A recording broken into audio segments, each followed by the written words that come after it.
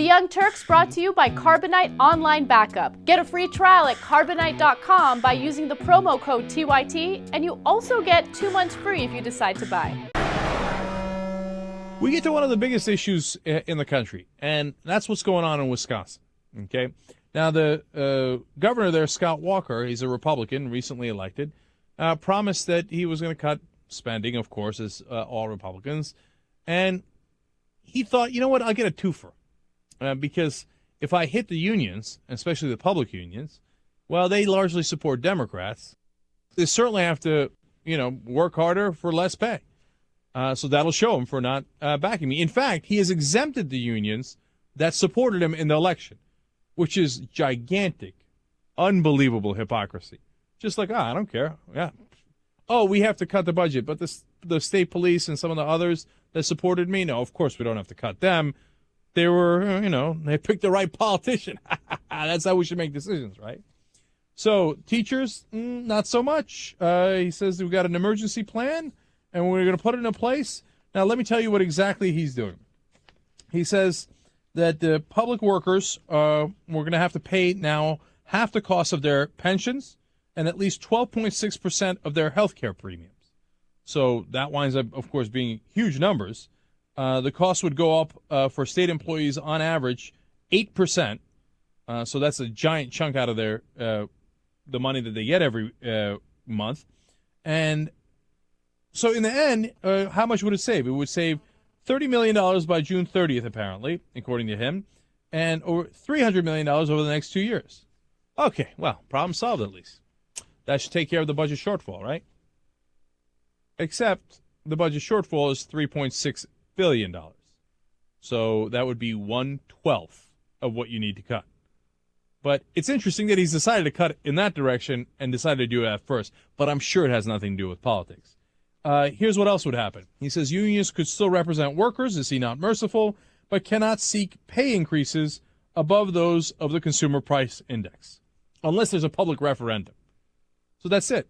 Sad day for you. There's no negotiations. There's no, hey, we're going to get more. It doesn't matter what you're doing, what you're not doing. No, it's pegged to the Consumer Price Index, and you're done, okay? Continuing, unions also could not force employees to pay dues and would have to hold annual votes to stay organized. Now, you say, hey, don't force them to pay dues. Maybe you make a tweak like that, and we can live with it, right? No problem. But they have to hold a vote every single year to make sure that they stay organized. On the other hand, what's the point? Because they can't get anything above the Consumer Price Index anyway. And then finally, he says, if you do all of this, I will not do any furloughs or layoffs for now. If you do, if you fight me on this, I might lay off 6,000 of you. So basically holding them hostage, saying either I'm going to fire 6,000 of you for not supporting me, because of important budget cuts, or you're going to have to take these massive pay cuts. What are you going to do now? And so 13,000 people got together in Wisconsin and held a protest and said, what we're going to do now is come after you.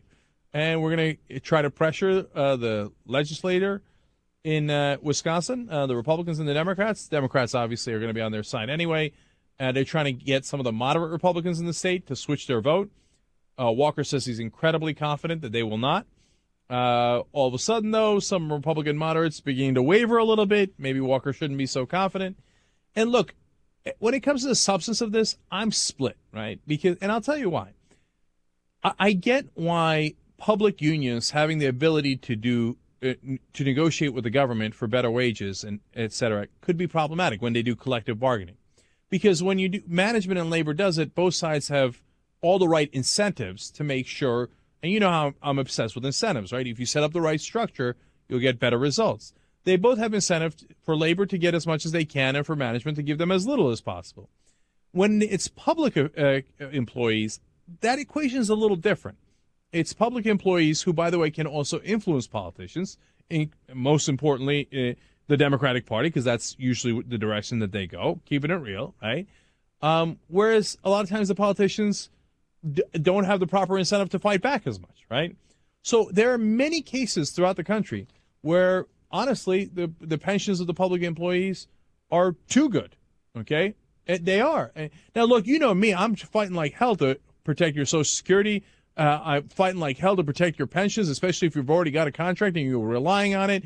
And I think the bankers robbed your pensions so many different times, and it drives me crazy. But in some places like New York, cops retire after 20 years and this happens throughout the country in different areas, not everywhere, not even close, but some areas, the last year that they served they get 100% going forward. Now, the 100% rule is rare, but it does happen. And so what cops will do is they'll work, in this case in New York, 20 years, and they start, let's say, at the age of 24. They're 44. They load up on overtime on the last year. They retire, get 100% of that for the rest of their lives.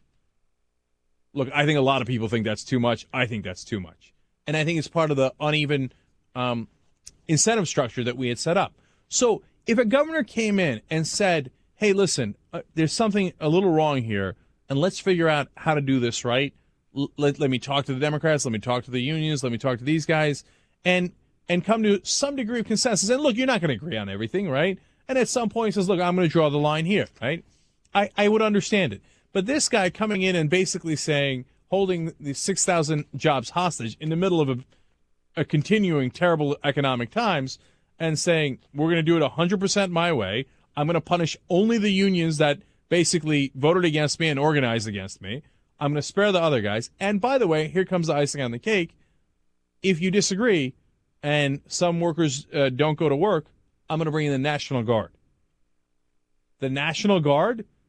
A lot of people in the National Guard are complaining. Some of them are in the union.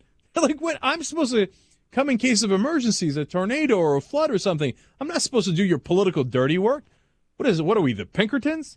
I mean, again, look, we told you about the child labor laws that they want to repeal in Missouri.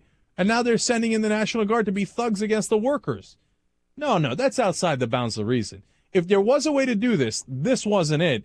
And that's why so many people are angry and rallying in Wisconsin. So it's an amazing story, and obviously we'll continue to follow it and see if it passes or it doesn't pass. It's an interesting drama, no question about that. Eventually, you're going to have a computer disaster, your computer is going to crash, and you're going to lose all your files. But with Carbonite Online Backup, you don't have to worry about any of that because it automatically saves your files off-site. You can access all of your backed up files from any computer remotely, or if you want, you can also access your files through an iPhone or BlackBerry with Carbonite's awesome free app. Carbonite costs just $55 a year for unlimited backup for your PC or Mac. Think about it, that's less than $5 a month. Get a free trial at Carbonite.com by using the promo code TYT, and you also get 2 months free if you decide to buy.